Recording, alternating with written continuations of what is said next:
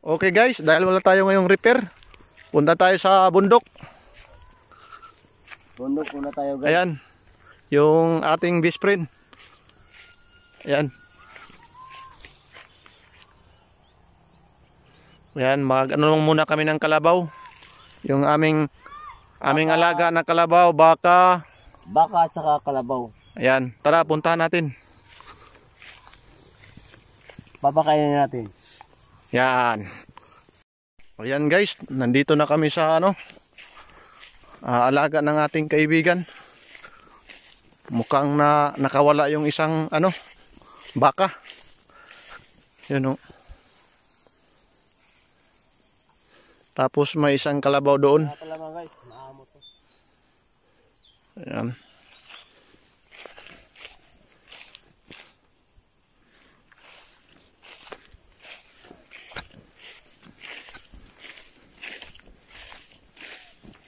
Ayan guys, oh. Mukhang mag-bispre na rin sila, oh. Sobrang napakaamon to. Yeah.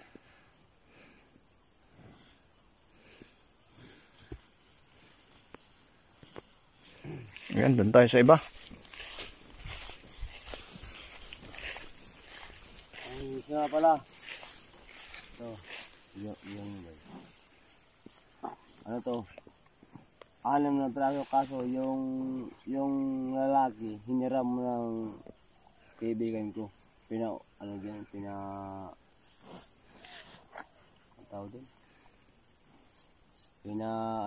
Nag-breed dun sa baka nila. Kaya 5 kaso lang to, pero 6 sila, isang lalaki.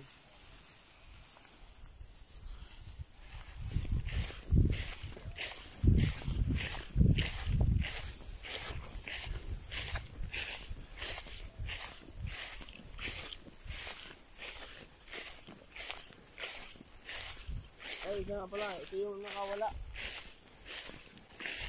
O yan guys, yan yung nakawala na baka. Yan o. Nakawala.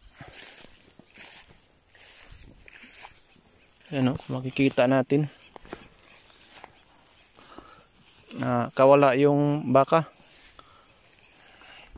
Nakawala kasi dito sa nakatali sa kaliwang paa.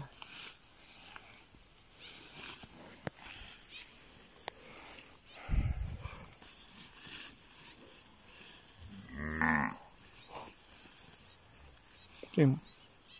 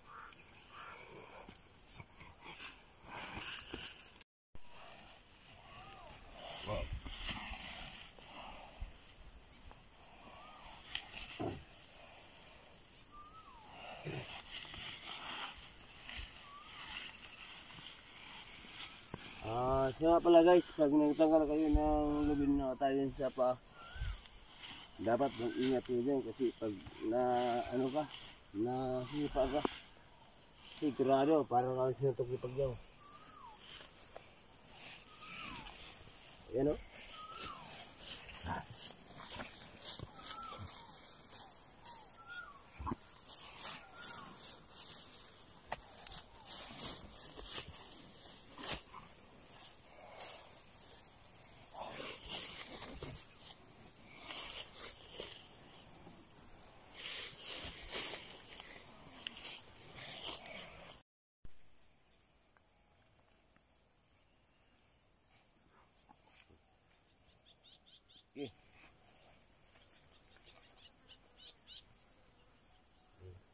Ayan mga master, tapos na yung tali.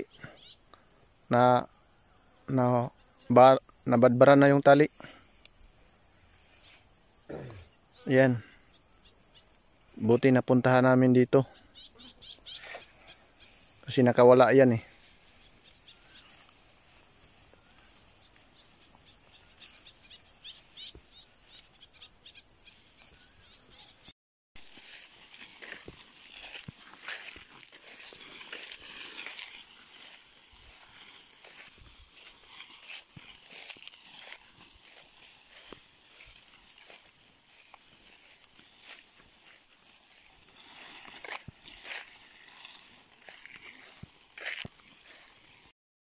Ayan guys, uwi na kami kasi tapos na namin nilipat sa ibang mga kainanan nila.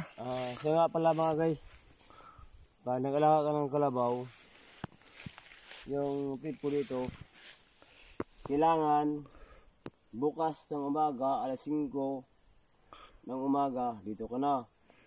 Papakainin mo, tapos balikan mo ulit alas 7. Tapos itago mo sa yung di Arawan. araw. Kasi pag di mo matago yan, nako, iwan ko lang. Namamatay yan eh. Namamatay yan. Pero dapat ilagay mo sa may tubig. Yun yung tip ko sa inyo. Salamat nga pala sa kay Dolphy Digitic. Salamat, boss. Ayan, tara, uwi na tayo. Ayan, uwi na kami guys. Kasi pakagabihan kami, malayo pa yung pupuntahan namin para pag-uwi.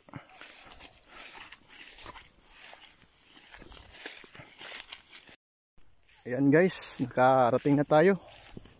Din andun pa yung highway doon banda oh.